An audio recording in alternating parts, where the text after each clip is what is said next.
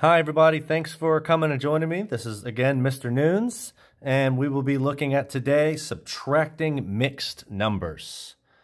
So we're going to go ahead and get started. Our first question that we're going to review today is 5 and 3/4 minus 3 and 1/6.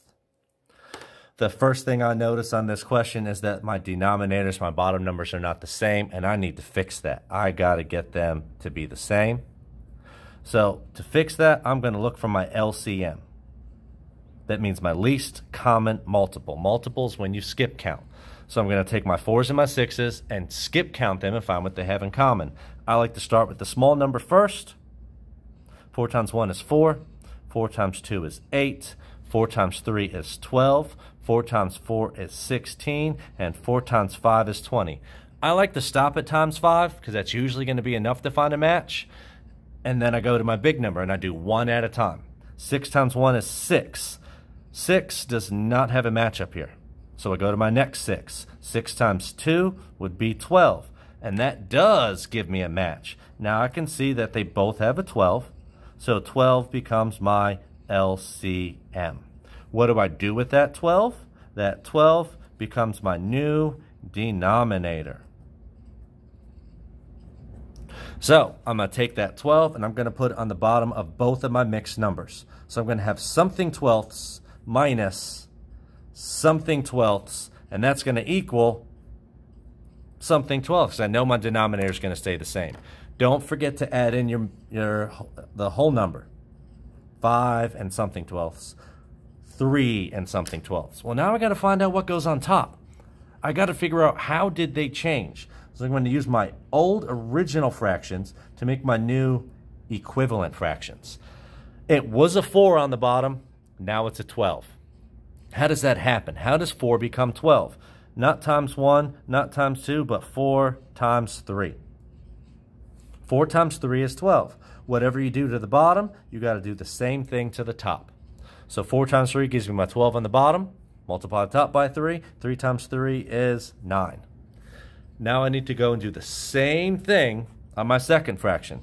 Second fraction had a 6. Now it's a 12. How did 6 get to 12? Not times 1, but times 2. Whatever you do to the bottom, give me my 12. Do the same thing to the top. Multiply it by 2. 1 times 2 is 2. All right. Now that I finally got those denominators, I can subtract my whole number. 5 minus 3 gives me 2 wholes. And now I can subtract my numerator. 9 minus 2 equals 7. This is a good, correct answer. But we got to try to simplify that fraction. To simplify, we're going to look for the GCF of 7 and 12. What are my factors? So I'm looking for the factors first. How can you multiply and get a 7? 1 times 7 is 7. 2 is not going to work because 7 is an odd number. 2's only make even numbers.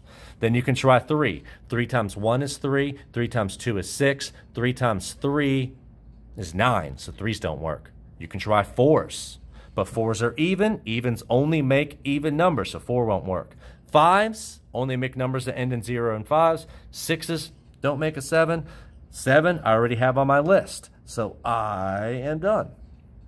1 works. 2, 3, 4, 5, 6 don't work. 7 does. Now go over to 12. We know 1 works. 1 times 12. Then 2. 2 has to work because 12 is even. 2 times what? 2 times 5 is 10. 2 times 6 gives me my 12. Then I go and try 3. 3, 6, 9, 12. Oh, 3's do work. 3 times 4. After 3, you try 4. But I already have a 4 on my list, so you're done. So those are the factors. Now let's find out what they have in common. What is the same? They always have a 1. 7 has a 7, but 12 does not. The only thing over here is a 1 and a 7, which means there's no 2, there's no 3, there's no 4, there's no 6, there's no 12. So my greatest common factor is 1. If your GCF is 1, then you're done. Look how when you write the word done, It has the word 1 in it. So not only is this a correct answer, it's actually our best answer because this number cannot be simplified. We tried, but we got a GCF of 1, so we are done. All right, let's try one more question with me today. One more, and this time we will be looking at 6 and 8/10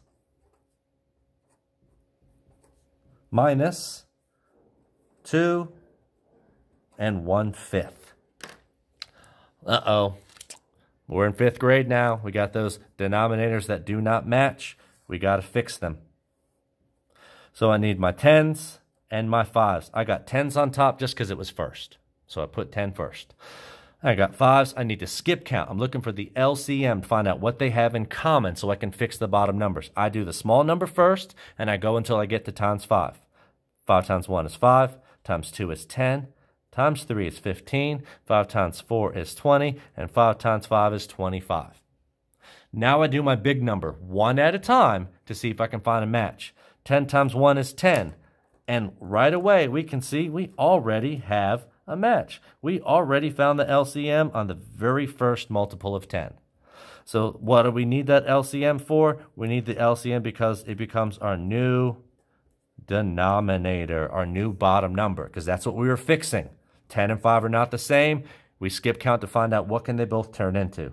So I got something tenths minus something tenths is going to equal something tenths. Don't forget to put your whole number in there. 6 and something tenths, 2 and something tenths. Well, what tenths? What goes on top? To find that, we just come back to our multiples. The old first fraction had a 10. Now we got to figure out how to get our new fraction. It's equal. How did 10 become 10? Well, it's right here in a chart. 10 times 1. Whatever you do to the bottom, you do to the top. 8 times 1 is 8. Now come over to the second fraction. It was a 5, now it's a 10. How did 5 turn into 10? Not 5 times 1, but 5 times 2. If you multiply the bottom by 2, you got to multiply the top by 2. 1 times 2 gives you 2. Now we can finally subtract. We already kept our denominator the same. 6 minus 2 is 4.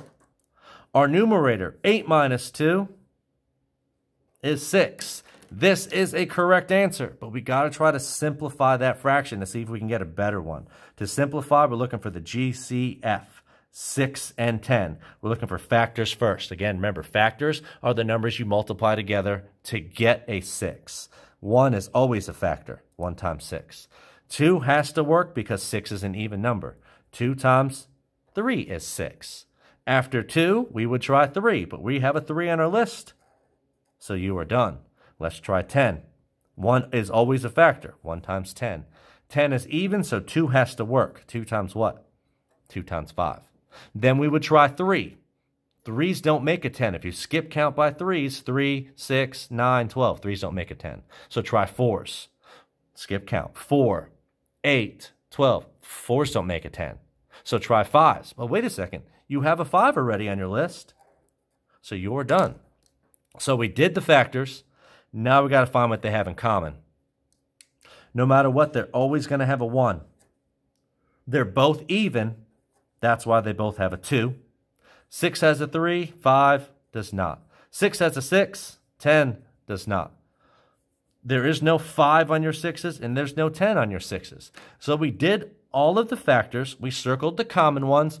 What is the greatest one they have in common? Yeah, 10 is big, 6 is big, but they're not circled. They didn't have it in common. 2 is the biggest number they have in common. What are we going to do with that 2? We found the GCFs, and now we divide the top and the bottom by the GCF. But we're not going to change that whole number. We still got to keep that 4. But we're going to divide the top by 2 and divide the bottom by 2. Our answer for that division is right back here in our chart. 6 divided by 2. There's my 6. There's my 2. What's next to the 2? A 3. So 6 divided by 2 is 3. Now 10 divided by 2. There's my 10. There's my 2. What's next to that 2? Next to the 2 is a 5. So 10 divided by 2 is 5. And now we have our best and simplified answer of 4 3/5. Thanks, guys. I hope this was helpful. And next time, I'll see you again. Have a great day. Bye.